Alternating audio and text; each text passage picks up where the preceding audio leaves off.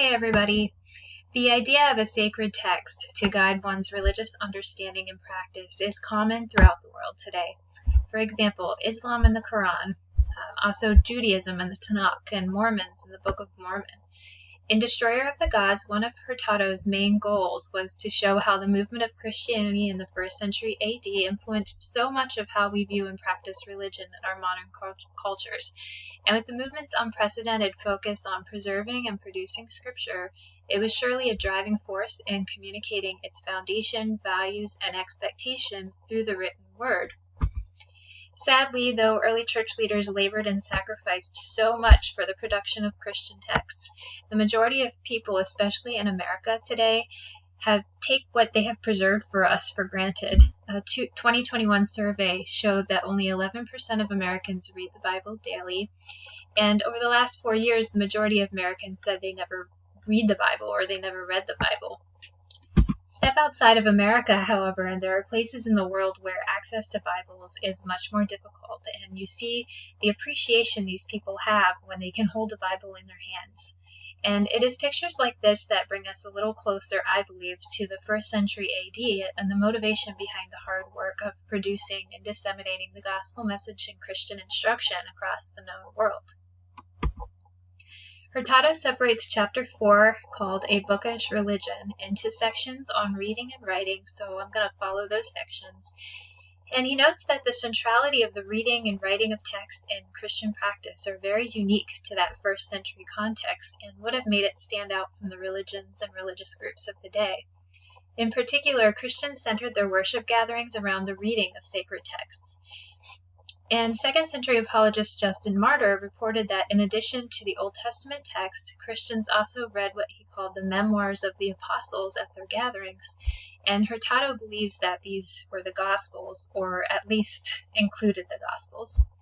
And some of the scriptures we often turn to uphold scripture in the life of the New Testament believer, such as 1 Timothy 4:13 and 2 Timothy 3:16, Hurtado actually believes were written posthumously to Paul, and this I believe is unfortunate because it seems to me the apostolic authority behind the written texts would be especially important for authenticating the scripture that guided the early and the subsequent believers in the church. And if scriptures such as these were not written by the apostles and were actually written much later in the church's history, then how much stake should we really place in that practice today? Even so, he does believe that these passages are in reference to the Old Testament scriptures, although he does make room for other writings to be added to the list of sacred scriptures, such as the writings of Paul, which are considered scripture in 2 Peter 3:15-16. However, his argument becomes a little muddled when he states that we cannot know for sure what early Christian worship gatherings looked like, and because he believes 1st and 2nd Timothy were not written until around the 2nd century, we can't even be sure if scripture was actually read in the early church gatherings. So if that is the case, that might make us question the centrality of scripture reading in our current gatherings, as the practice was not given official apostolic authority. To me, this is dangerous ground for false teaching, and we would lose our identity as believers, which are informed by these very scriptures. Hurtado does propose that Jewish tradition may have been foundational to its structure and practice, as Jews regularly read the law and the prophets in their synagogues. And he does see the value that there would have been in the reading of Old Testament scripture, especially in light of the many Gentiles that were there and would have needed that grounding for monotheistic understanding as well as messianic expectations to help them understand more of who Jesus is. In stark contrast, however, Greco-Roman religion did not have a regular practice in which sacred books were read in corporate gatherings. If books existed at all, they were typically used to guide priest and cultic ritual practices. And I think this is where Hurtado helped to define Christianity's uniqueness in relation to its Roman surroundings. Rather than relating Christianity's practice of writing and teaching to the wider religious context, he relates it more to the philosophical practices of the day.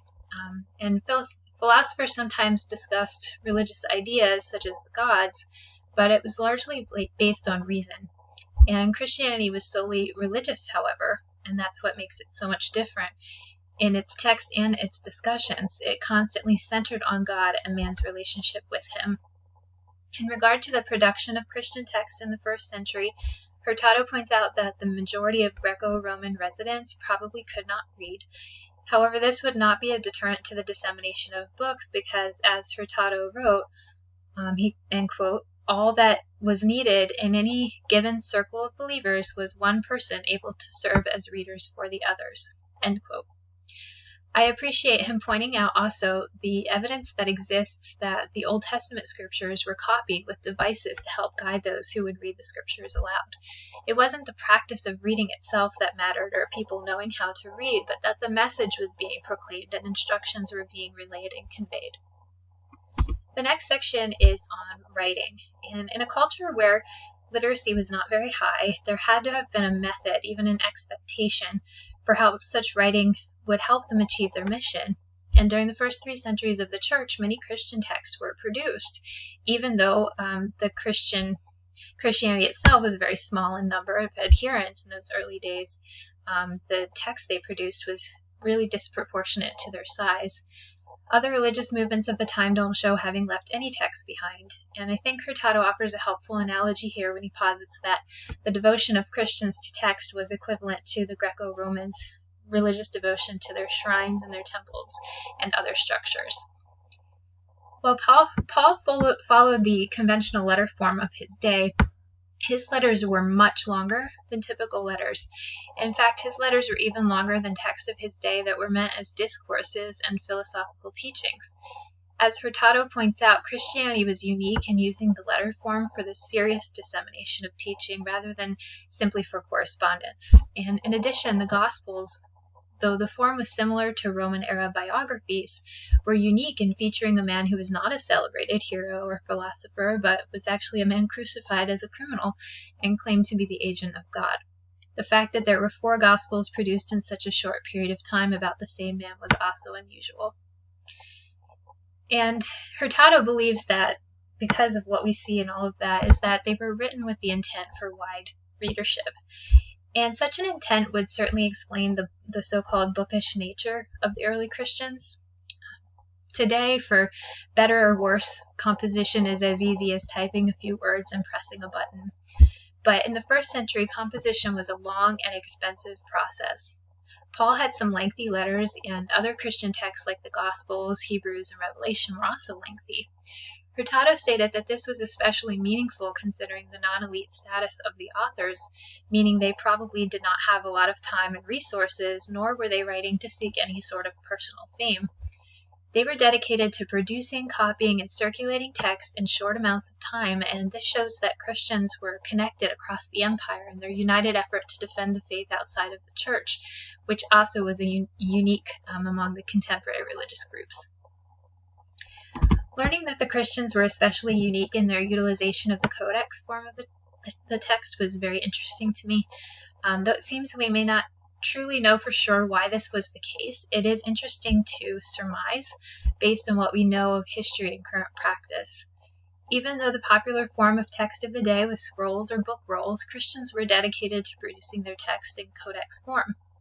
History shows us that codex became the go-to form for text in the 2nd through 5th centuries, but in the 1st century, again, this was cutting edge and against the common practice.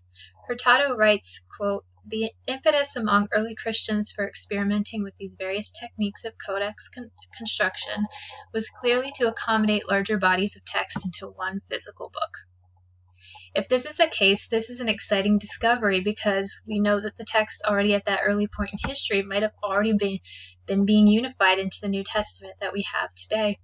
Another interesting aspect of the text is that certain words were written in abbreviated form, causing them to visually stand out from the page and to indicate their sacredness. For example, Jesus and God. This, I believe, supports that early Christian authors and copyists understood the sacred task that they were carrying out. And we can literally be eternally thankful that they did. God bless you, all of you, in your current and your future studies. Take care.